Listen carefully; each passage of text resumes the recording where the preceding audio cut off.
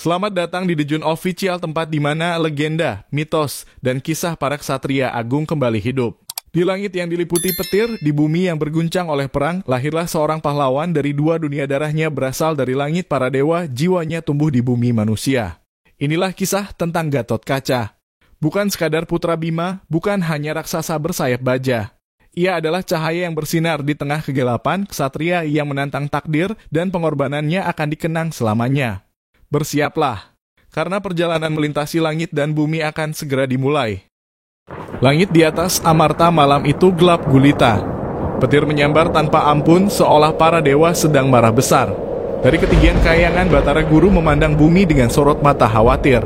Sebuah kekuatan kegelapan yang seharusnya telah terkubur ribuan tahun lalu kembali bangkit. Di tengah medan perang Kurukshetra, seorang ksatria bersayap dan berotot baja berdiri di atas tubuh raksasa yang baru saja ditaklukkannya. Tubuhnya bercahaya, pancaran kekuatan dewa mengelilinginya. Dialah Gatot Kaca, anak dari Bima dan raksasi Arimbi, manusia setengah dewa yang tubuhnya ditempa di kahyangan dan darahnya mengalir dari dua dunia, langit dan bumi. Namun Gatot Kaca belum tahu kemenangan atas raksasa hanyalah awal dari perang yang jauh lebih besar, perang untuk menebus takdir melawan kegelapan dalam dirinya sendiri. Gatot Kaca kecil tidak pernah tahu siapa dirinya sebenarnya. Ia hanya tahu bahwa ibunya Arimbi selalu menyuruhnya menjauh dari keramaian, menyembunyikan kekuatannya dan menolak menyebut nama ayahnya. Di desa kecil dekat hutan Pringgodani, ia tumbuh sebagai anak pendiam yang sering ditakuti anak-anak lain karena tubuhnya yang luar biasa kuat dan matanya yang menyala saat marah. Namun pada malam ulang tahunnya yang ke-12, sebuah ledakan cahaya menghancurkan langit desa. Dari langit turun seekor burung garuda raksasa yang membawa seorang pria berambut lebat dan tubuh tinggi menjulang. Bima, ayah yang selama ini hanya menjadi bayangan dalam cerita-cerita ibunya, datang menjemput. "Waktunya telah tiba, nak," kata Bima. "Darah langit dalam tubuhmu memanggil. Kau ditakdirkan untuk lebih dari sekadar hidup sebagai manusia biasa." Perjalanan menuju kahyangan tak seperti yang Gatot Kaca bayangkan. Ia harus melewati Gunung Mahameru, melintasi lautan kabut di lembah siluman, dan menghadapi makhluk-makhluk yang hanya hidup dalam dongeng, ular bersayap, bayangan hidup, hingga roh-roh pelindung zaman kuno. Di puncak Mahameru, Gatot Kaca akhirnya tiba di tempat yang disebut Pan, kayangan bengkel para dewa. Disinilah tubuhnya akan ditempa ulang, seperti yang dulu dilakukan ketika ia masih bayi. "Sakit ini bukan untuk menghukummu," ujar Resi Suralaya, Pan tertua di kayangan. "Ini untuk membangunkan kekuatan yang selama ini tertidur di dalam darahmu." Tubuh Gatot Kaca dicelupkan ke dalam lahar dewa, ditempa dengan palu petir, dan diberi baju zirah dari logam langit, baju antakusuma yang membuatnya bisa terbang dan tahan segala senjata. Hari itu Gatot Kaca tak lagi anak dari desa Pringgodani.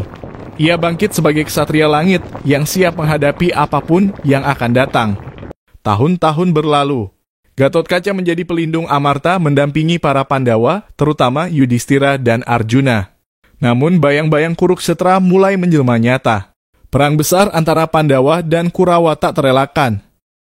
Dalam pertempuran awal, Gatot Kaca menyapu puluhan pasukan musuh dengan mudah. Tubuhnya melayang di angkasa, memancarkan petir dan cahaya. Ia dijuluki musuh sebagai bintang perang. Namun di balik kemenangan-kemenangan itu, Gatot Kaca mulai mendengar bisikan aneh. Suara dari dalam dirinya yang mempertanyakan apakah ini benar jalan yang dikehendaki dewa atau hanya pengulangan kutukan darah keturunan raksasa. Dalam perenungannya, Gatot Kaca mengunjungi kembali ibunya, Arimbi.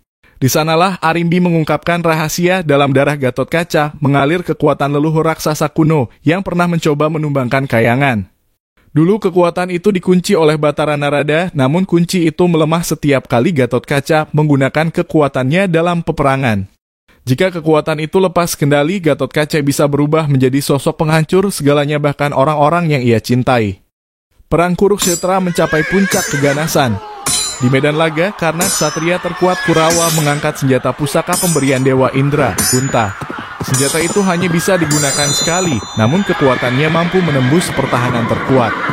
Karena membidik Gatot Kaca yang sedang terbang dan bersembunyi di balik awan. Panah Kunta melesat bagai petir surgawi. Gatot Kaca berusaha menghindar, namun senjata itu terus mengejarnya. Panah itu menembus dada Gatot Kaca. Tubuhnya terguncang lalu jatuh dari langit menimpa kereta karena hingga hancur. Namun sebelum roboh, Gatot Kaca memperbesar tubuhnya menjadi raksasa, jatuh menghantam ribuan prajurit Korawa di sekelilingnya, menimbulkan kehancuran besar.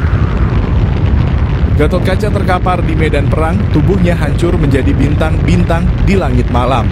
Gugurnya adalah pukulan berat bagi Pandawa. Namun hanya Kresna yang tersenyum karena senjata Kunta telah dipakai bukan untuk membunuh Arjuna, melainkan untuk mengalahkan Gatotkaca.